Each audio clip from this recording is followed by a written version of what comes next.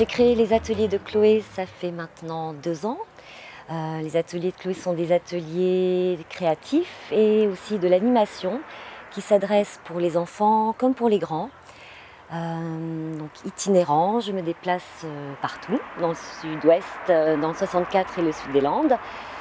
Et l'idée est venue, en fait, c'était tout naturel. Depuis que je suis petite, je fabrique toujours des choses. Alors aujourd'hui, je vous propose de faire un bâton de marche avec des branches de noisetier, qui sont des branches costauds et des branches droites.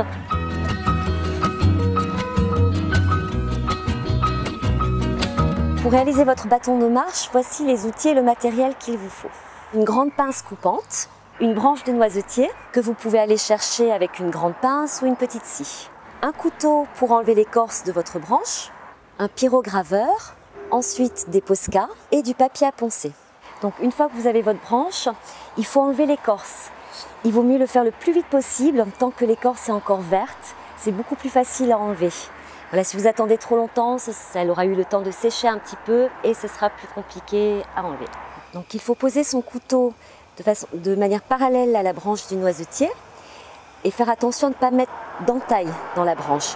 Donc voilà.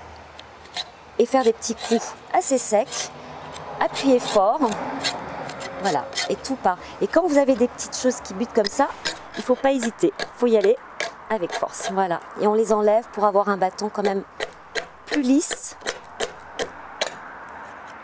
Voilà, et on continue. Alors quand les branches sont très jeunes, c'est beaucoup plus facile à enlever l'écorce. Là, elle est un peu plus mûre, la branche, donc un peu plus sèche. D'où l'intérêt de ne pas attendre trop longtemps avant d'enlever l'écorce.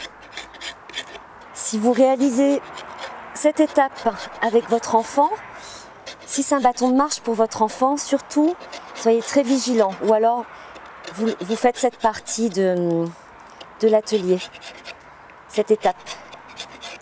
Une fois toute l'écorce enlevée, il faut laisser la branche sécher à peu près 1 semaine pour enlever toute l'humidité. Mais quand votre bâton est sec, maintenant, on peut le poncer un petit peu pour enlever toutes les petites rayures, pour le rendre plus agréable et aussi pour pouvoir travailler plus facilement. On va maintenant commencer la décoration du bâton à l'aide du pyrograveur. On peut soit partir sur des choses abstraites, soit partir sur des décorations je sais pas, en relation avec la nature. Moi, c'est ce que j'aime bien. Ça peut être des petits insectes, des petites plantes.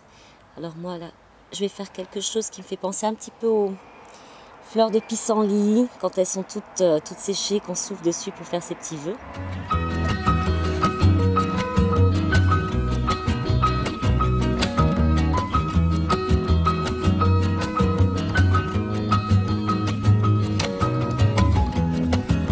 If you wanna be my friend, you want us to get along, please do not expect me to wrap it up and keep it there. Et maintenant, pour les enfants, on va décorer avec des Posca. Donc avec les Posca, vous pouvez faire vraiment plein de choses. C'est comme un feutre qui a l'avantage de ne pas avoir besoin d'être verni après. Moi, j'ai fait des cailloux, des galets que j'ai laissés dans le jardin et qui n'ont pas bougé depuis 2 ans. Encore une fois, ça peut être des petites formes abstraites, des petits ronds, des petits traits. Et l'avantage des Posca, à la différence des feutres, c'est qu'on peut venir par-dessus une couleur. Même sur une couleur foncée, on peut mettre une couleur plus claire. Et voilà nos bâtons de marche terminés. Alors celui-ci, c'est avec la pyrogravure, sur lequel j'ai quand même rajouté les petites touches de blanc pour donner une petite touche de couleur. Et celui-ci au Posca. Vous pouvez aussi graver votre prénom, graver tout ce que vous voulez, la date, le lieu, je ne sais pas. Si c'est pour un cadeau, un petit message personnalisé, tout ce que vous voulez. Vous voyez également que le bois va se patiner, va se teinter. Là, il a à peu près 3 ans, celui-ci. Et celui-ci, il est beaucoup plus jeune. Et maintenant, à votre tour d'essayer votre bâton de marche.